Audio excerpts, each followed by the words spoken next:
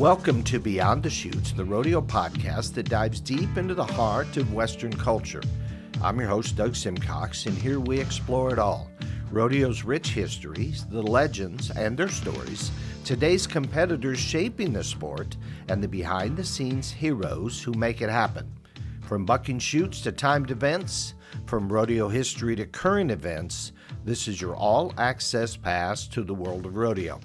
Our show is presented by Parasite Systems, who help vet clinics and animal owners experience the power of sight. New in 2025, the all-in-one analyzer featuring fecal site AI, hemosite AI, and flow site AI technology. You can find them at parasitesystems.com.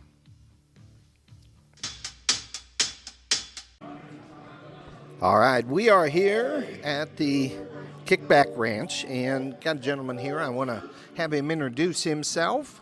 Sid McKissick. It's a southern drawl. It's S-I-D. And Sid, where are you from? Wetumpka, Alabama.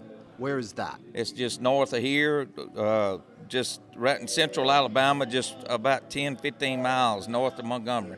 Always lived in this area? Yes, sir. Born and raised. Okay. And I understand you were a bullfighter at one time. Yes, sir.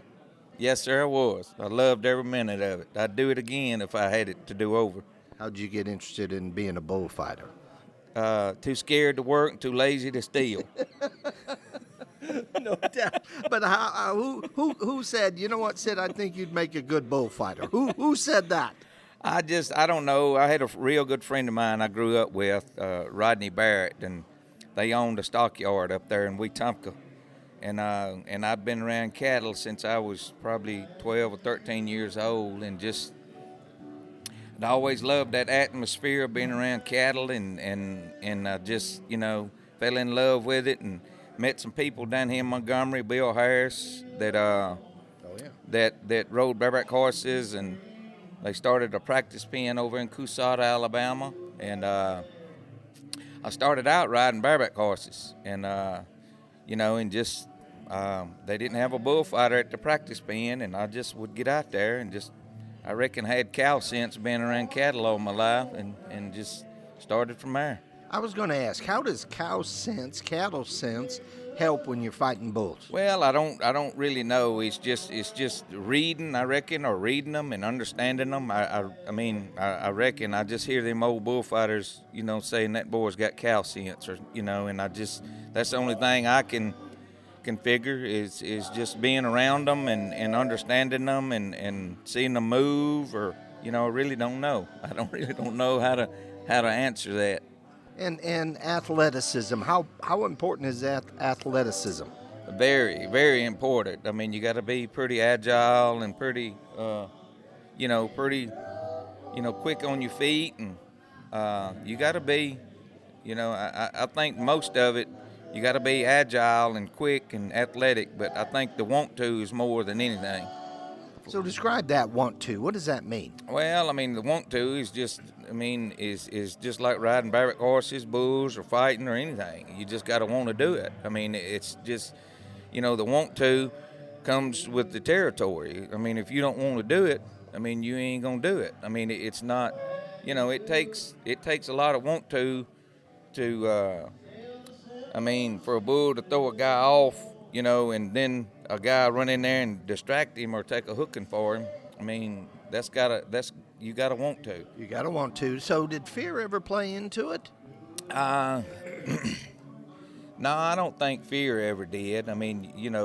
Certain bulls you get a little more nervous, or I ain't gonna use the terminology scared, but you definitely, was nervous or paid a little closer attention, because if you're scared, you might as well not even strap on no cleats. Because the first thing you're gonna do if you're scared, you ain't gonna react, and if you don't react, you're gonna be late. If you think, you're late already. So I just, I loved every minute of it. Where did you learn how to react? I know cow sense, I get that, I get cattle sense, but who taught you the skills? Who said, do this, move this way, get in this way, get in there, do whatever? Trial and error. And you get Practice caught? fan.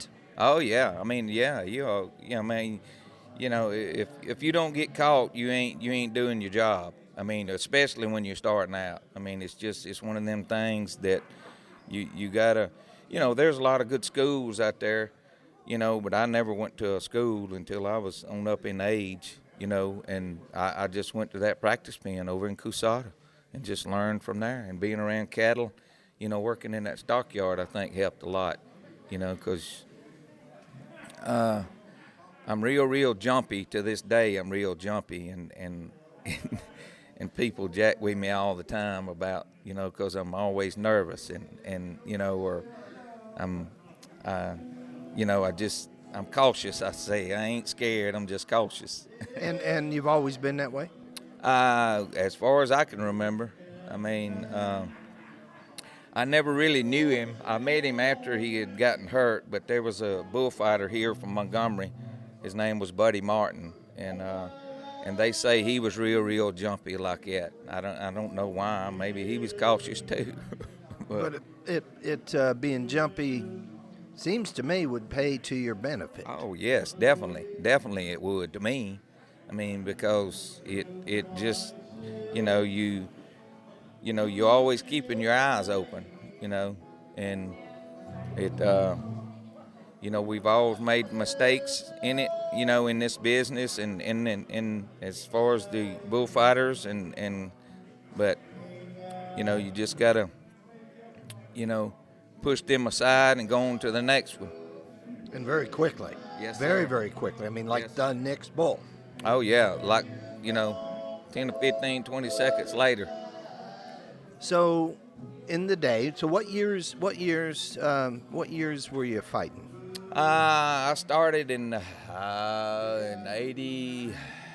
I graduated in 84 and started riding barrack horses, I think, or getting in, the practice pen, and before I graduated, and I reckon that 1985, 1985, you started fighting, and back then there were no protective vests. No, didn't wear no vest, and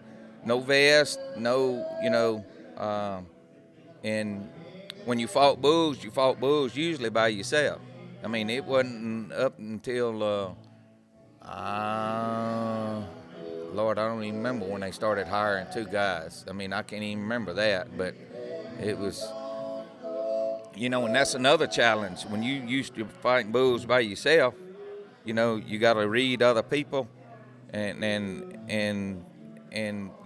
because there's somebody else in there trying to make a move too. You got to learn how to work with other people. Oh, wow. That was a big challenge. I mean, for me, because I always reacted, but it was, it's pretty cool. So, did you, and then you moved on, I should say, and fought for Longhorn Rodeo? Yes, sir. It was, I went to work for Mr. Charlie Lowry, 4L Rodeo Company out of Summerville, Georgia. And he's the one that really gave me my first break. I started in 1986 or 87, I can't even remember. But With Charlie? Yes, sir, with Charlie. Wow. And I worked for him for I don't know how many years, and there was a guy that worked for Longhorn that was judging some of Mr. Charlie's rodeos, and Lord, I can't even think of his name now. And he was, I think he was Mr. Bruce or Longhorn's front man, they called him. He went in and set up everything, and was it Wendell? No, it wasn't. Well, Wendell then was the stock contractor coordinator, or the stock. He handled the stock, the arena and stuff like that. But it wasn't Wendell. Lord, I can't think of his name. But he was judging one of Mr. Charlie's rodeos, and I had no idea who Longhorn was, or I mean, I heard of him, but I never knew. And I think it was Loretta Lynn's before it became Longhorn, I believe. Yes, you're right. And I've heard of, the Loretta Lynn Rodeo Company, but was eating breakfast with him the next day, and he asked me who all I worked for, and I just told him Mr. Charlie, and about, I reckon it was a week or so later, I can't even remember how Mr. Bruce called me, but I went and I was going to a rodeo, Mr. Charlie's rodeo, somewhere up in Tennessee, and Mr. Bruce, we set up an appointment with him, and he hired me for the next year, to do that run from. We left in March and came back. Left in January and come back in March. It was in the, the early 90s, I think, 92, 93, maybe 94. I can't even remember. But the biggest mistake I ever made in my career is when I quit. When and why? Well, me being from right here in Montgomery or Wetumpka, and my goal ever since I started is to work the PRCA rodeo in Montgomery, with SLE.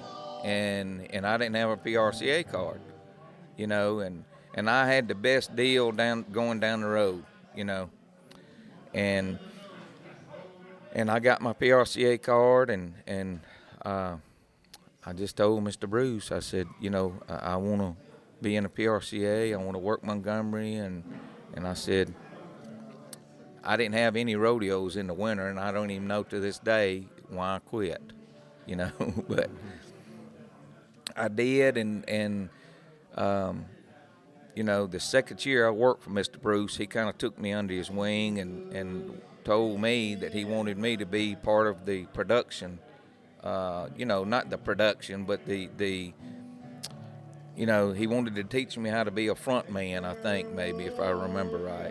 But, and I don't know why. I had this,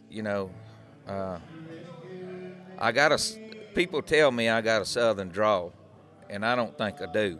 But when I would go to, when I'd go to these big cities up there in Michigan and Ohio, Minnesota, and I don't know, I reckon my voice may stand out or my accent or whatever, but he liked that, and I kind of think as myself as original. Not original, but what, I don't know what word, just me, maybe not original, but it's just being me, and because what you see is what you get. I don't put on no show. I don't, and I love people. I love to talk to people. And I think he picked up on that pretty quick, and it would, and I like to have fun, and, I got little old sayings, or I don't even know what you call them, but there's just Southern sayings, I reckon. and I'd go to radio interviews, and we would just, we'd cut up like a 300-pound show dog, and What? we would cut up like a 300-pound show dog. I don't know what that means. Well, I don't know what it means neither. Just have fun, I reckon. It's just a saying. I don't know. I like that. That I come up with, and I don't even know where I come up with it. It just 300-pound show dog. Yeah.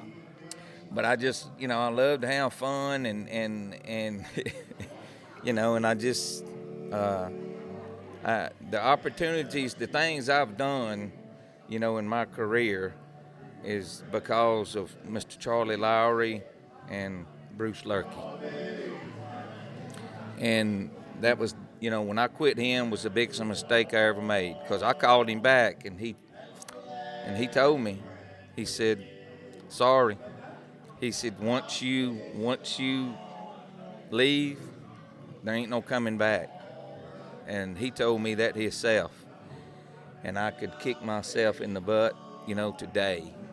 Because I love the sport, and I love the rodeo, I love the business, and, I was on the PBR tour, and on the Bud Cup tour, and done a few in 96 and 97, a bunch of I was on the Bud Light Cup, done 4 or 5 of them 2 years, and the only reason I got them is Jerome Robinson,